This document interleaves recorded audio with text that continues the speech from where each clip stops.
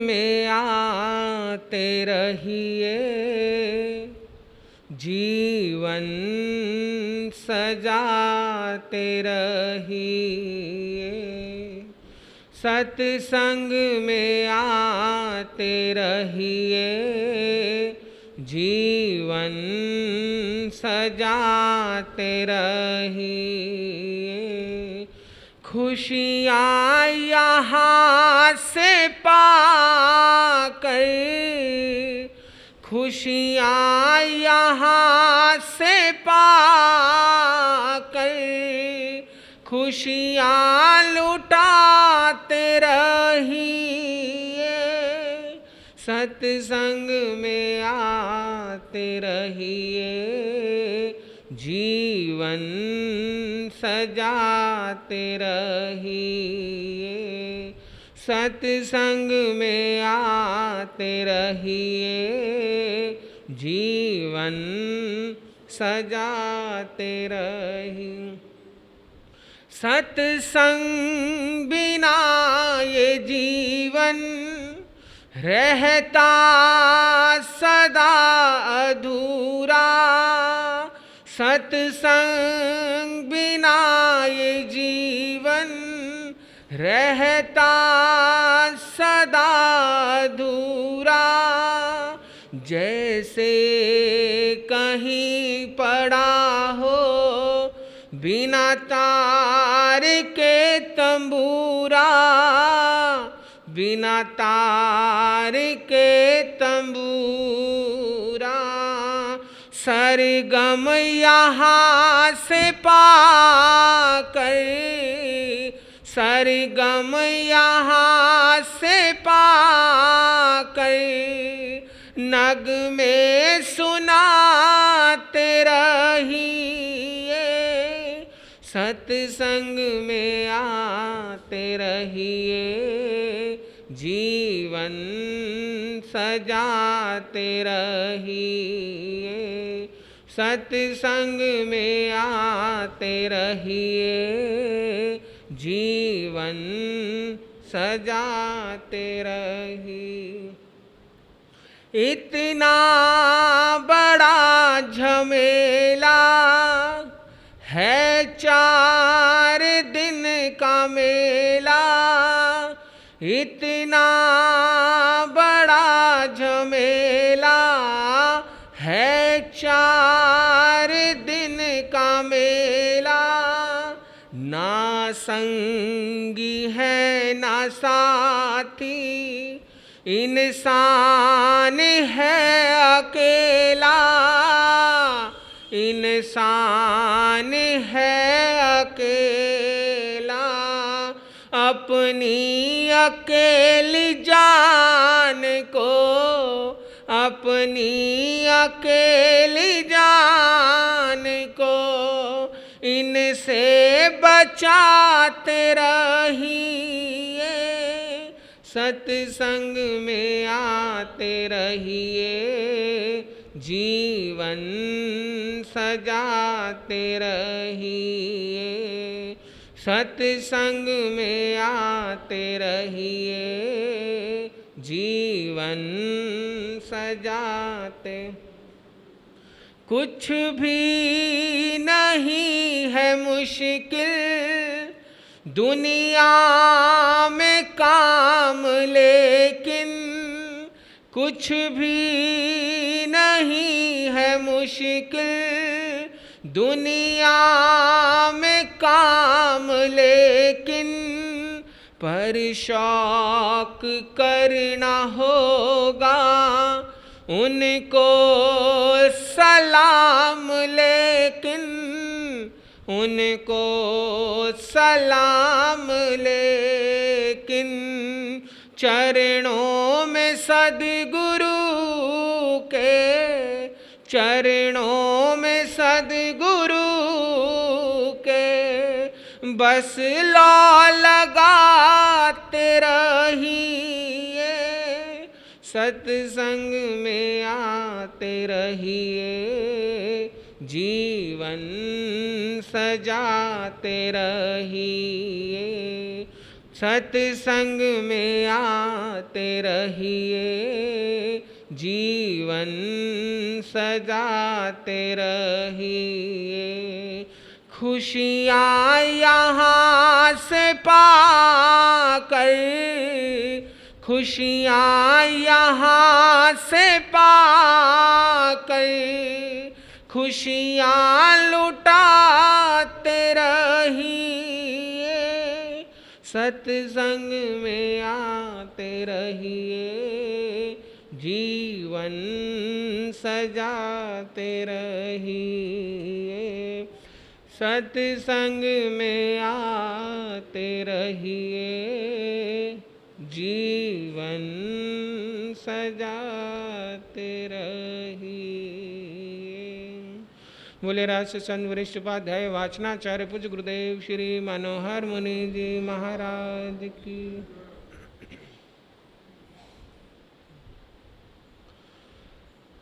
चैता भार वासन चकवटी माहि दियो, संति संति करे लोए, पतो गई मानु करम। परम श्रद्धेय, परम पूजनीय राष्ट्र संत वरिष्ठ उपाध्याय वाचनाचार्य पूज्य गुरुदेव भगवान एवं पाठ पर विराजमान उत्तर भारत गौरव उप प्रवर्तक पूज्य गुरुदेव के चरणों में कोटि कोटि वंदन। उपस्थित धर्म प्रेमी बंधुओं, माताओं तथा बहनों, हम गुरु कृपा से प्रभु महावीर की अंतिम देशना, प्रभु महावीर की अंतिम वाणी, जैन आगमों का सार उत्तरा अध्ययन, जिसके 36 अध्ययन प्रभु ने फरमाए हैं, उन 36 अध्ययनों में से हम 20वें अध्ययन के विषय में गुरु कृपा से कुछ सुनने समझने का प्रयास कर रहे हैं। अपने इसी विषय को और आगे बढ़ाता हुआ जो अल्प बुद्धि के माध्यम से गुरु चरणों में बैठकर थोड़ा बहुत सीख पाया हूँ, ग्रहण कर पाया हूँ, उसी में से कुछ आपको सुनाने का, बताने का, समझाने का प्रयास करूँगा। कि 20वें अध्ययन का नाम है महानिर्ग्रंथीय। महानिर्ग्रंथी का अर्थ क्या बताया था? कि जो साधक राग द्वेष की ग्रंथियों को साधना की शक्ति से, वो साधना कौन सी है? राग द्वेष, इन ग्रंथियों को जो खोलता है, इनका जो विजेता बनता है, वो निर्ग्रंथ है। जो राग द्वेष की ग्रंथियों को ज्ञान दर्शन चरित्र की साधना से खोलता है, वो निर्ग्रंथ है। और जो इसी साधना में उत्तरोत्तर बढ़ता रहता है, चढ़ता रहता है, वो महानिर्ग्रंथ है। और इस अध्ययन में महानिर्ग्रंथ कौन है? किन दो व्यक्तियों के बीच में, जीवों के बीच में चर्चा हो रही है? एक है अनाथी मुनि और दूसरा है राजा श्रेणी। एक आध्यात्मिक दृष्टि से संपन्न है और एक लौकिक दृष्टि से संपन्न है। एक नगर जन का राजा है और एक अपने मन का राजा है। जो दिया चल रहा है, जल रहा है, वही दिया दूसरे दिए को जला सकता है। जिस घड़े में पानी है, वही घड़ा किसी प्यासे की प्यास को बुझा सकता है। जो दिया स्वयं बुझा हुआ है, वो दूसरे को क्या जलाएगा? जिस घड़े में पानी नहीं है वो किसी की प्यास क्या बुझाएगा? जिसके पास स्वयं कपड़ा भोजन नहीं है वो दूसरे को क्या कपड़ा भोजन अन्न खिलाएगा या देगा? इसी प्रकार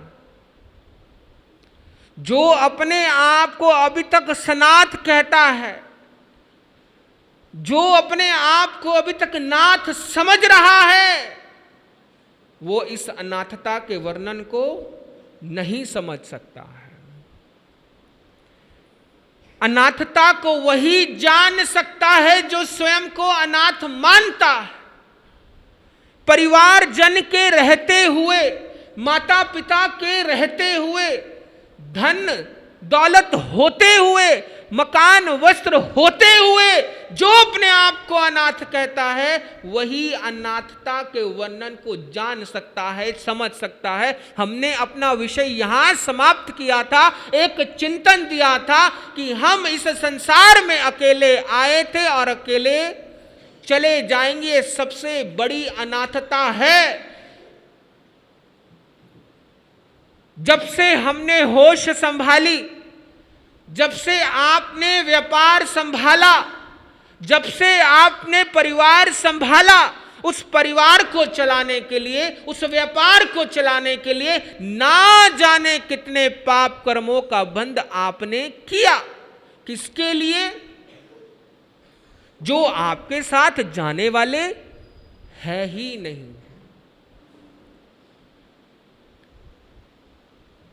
कल ऐसे बैठे एक विचार आया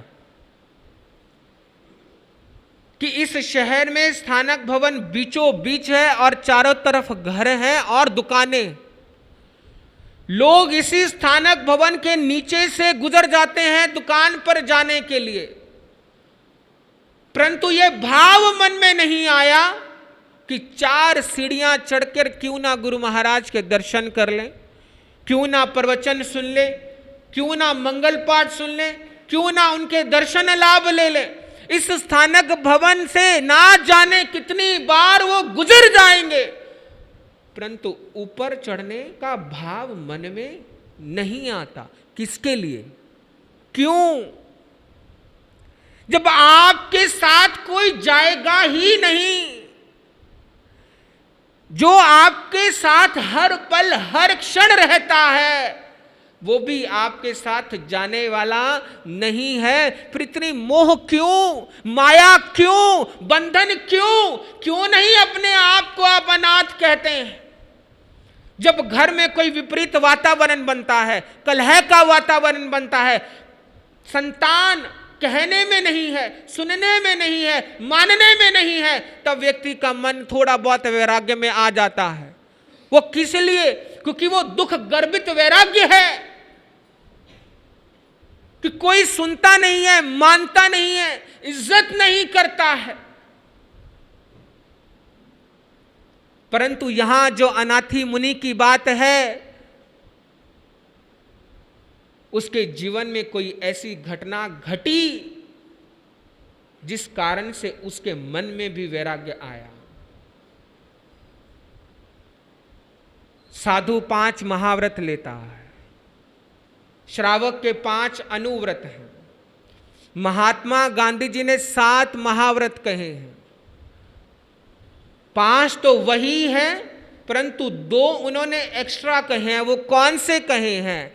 एक कहा है अस्वाद और दूसरा कहा है अभयता, कि 5 महाव्रतों के साथ साथ जीवन में अस्वाद भी होना चाहिए और अभयता भी होनी चाहिए कि किसी भी जीव को हमसे भय ना हो। परंतु हमारे प्रभु महावीर ने अस्वाद को और अभयता को इन्हीं 5 महाव्रतों में लिया है। कहा कि जो ब्रह्मचारी है वो स्वाद को नहीं देखता है। एक व्रत है, महाव्रत है ना, ब्रह्मचर्य व्रत। जो ब्रह्मचारी है वो स्वाद को नहीं देखता है, इसलिए वो एक अस्वाद का वहीं आ गया, और दूसरा है अभयता, और प्रभु महावीर ने इस अभयता को सत्यता में लिया है कि जिसके जीवन में सत्य है उससे किसी से भी किसी भी प्रकार का कोई भय नहीं है। कहा था कि नमो जिनानम जिय भयानम, कि जो जिनेश्वर प्रभु का उपासक है, उन्हें मानने वाला है, उसे किसी भी प्रकार का कोई भय नहीं है। इसीलिए उन्होंने बिना किसी भय से स्वयं को अनाथ कहते कहते उन्होंने राजा श्रेणी को भी अनाथ कहा। राजा श्रेणी के लिए यह शब्द नया था कि वो कहते हैं कि यह मनुष्य जीवन अत्यंत दुर्लभ है, परंतु राजा श्रेणी को इसका कोई ख्याल नहीं आया, अनाथता को कोई विचार नहीं आया। क्यों नहीं आया? क्योंकि उसके पास खूब सारा धन है, सुंदर वस्त्र वो पहनता है, मखमली वस्त्रों का परिधान करता है, आभूषणों के स्वयं को अलंकृत करता है, सुसज्जित करता है, इसलिए वह अनाथता को क्या जानेगा। आप लोगों के पास कितना भी धन, संचय, परिवार, दौलत, मकान, फैक्ट्रियां, कितना भी क्यों ना हो, यदि आपके पास आध्यात्मिक धन नहीं है तो आप इस दुनिया के सबसे गरीब आदमी हैं। और जो अकिंचन है, जिसके पास कुछ नहीं है, उसके पास यदि धर्म है, दया है, करुणा है, अहिंसा है, कुछ ना होते हुए भी वो सबसे अमीर आदमी है, क्योंकि इस संसार से जाने वाला कुछ नहीं है। और यहां अब अनाथी मुनि अपनी अनाथता का वर्णन करते हैं, कहते हैं कि हे राजन सुनो कि मैं अपने आप को अनाथ क्यों कहता हूं। मैं कौशांबी में जन्मा, मेरे पिता का नाम प्रभूत धन संचय, जिसके नाम में ही प्रभूत धन संचय है, उसके पास कितना ही धन, कितना ही ऐश्वर्य वैभव होगा। कि मेरे पिता के पास भी अकूट धन था, अकूट वैभव था, हर प्रकार का साधन था, परंतु एक दिन कर्म का ऐसा चक्र चला कि मेरी आंख में एक असाध्य रोग हो गया। असाध्य मतलब जिसका कोई उपचार ना हो सके, उपचार करने से भी वो ठीक ना हो सके, वो असाध्य रोग है। मेरे शरीर में, मेरी आंख में एक असाध्य रोग हो गया और मेरी कमर ऐसे हो गई कि मैं सीधा लेट पाना, खड़े हो पाना मेरे लिए अत्यंत मुश्किल हो गया।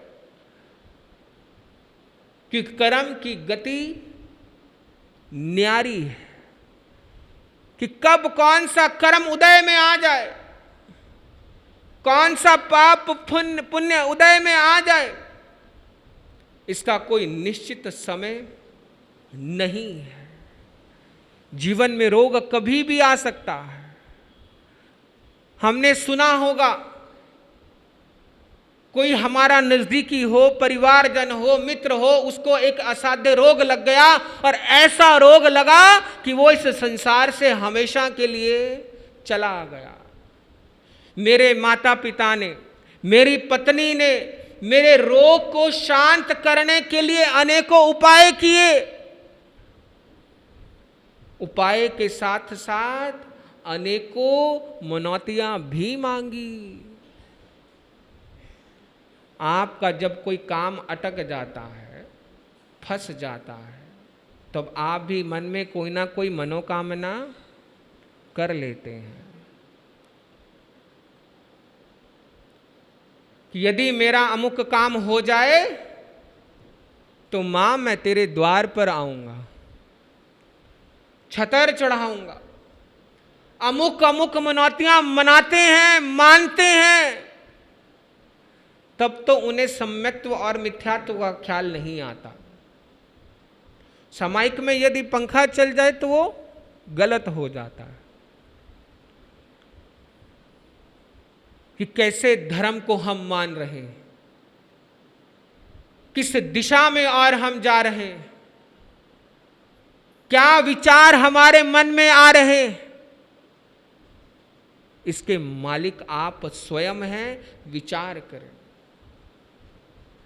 कि घर में मां दुखी है, उसकी सेवा करने वाला कोई नहीं है, उसे 2 वक्त की रोटी देने वाला कोई नहीं है, दुकान से दवा लाकर देने वाला कोई नहीं है, और हम दर्शन करने देवियों के जा रहे हैं। अरे भले मानस, जो घर में देवी स्वरूप मां बैठी है, पहले उसे संभालिए। यदि आपने उसको मना लिया, उसे खुश कर लिया, उसे प्रसन्न कर लिया, उसका आशीर्वाद ले लिया, तो वो दूर बैठी मां का आशीर्वाद आपको अपने आप मिल जाएगा। लोग कहते हैं कि महाराज हम प्रवचन में इसलिए नहीं आते, आप कहते हो कि पहले घर संभालो। ये कल ही मुझे सुनने को मिला। परंतु घर कैसा संभाल रहे हैं? बच्चे हाथ से निकल रहे हैं, अनेकों कुव्यसनों की शिकार हो रहे हैं, जैन धर्म का उन्हें ज्ञान नहीं है, अन्य जगहों पर श्रद्धा जुड़ती जा रही है। ये कैसा घर संभाल रहे हैं? कहीं और जाना बुरी बात नहीं है, ना ही उसके लिए हम रोक रहे हैं। आप कहीं जाएं, परंतु अपने धर्म से, प्रभु महावीर से और अपने गुरु की शरण से जुड़े रहे, तब आपका कहीं और जाना सफल है, सार्थक है, वो गलत नहीं है। तो ऐसा रोग अनाथी मुनि को लगा कि ना उसके माता पिता, ना उसके भाई बहन, ना ही उसकी पत्नी उस रोग को शांत कर सके।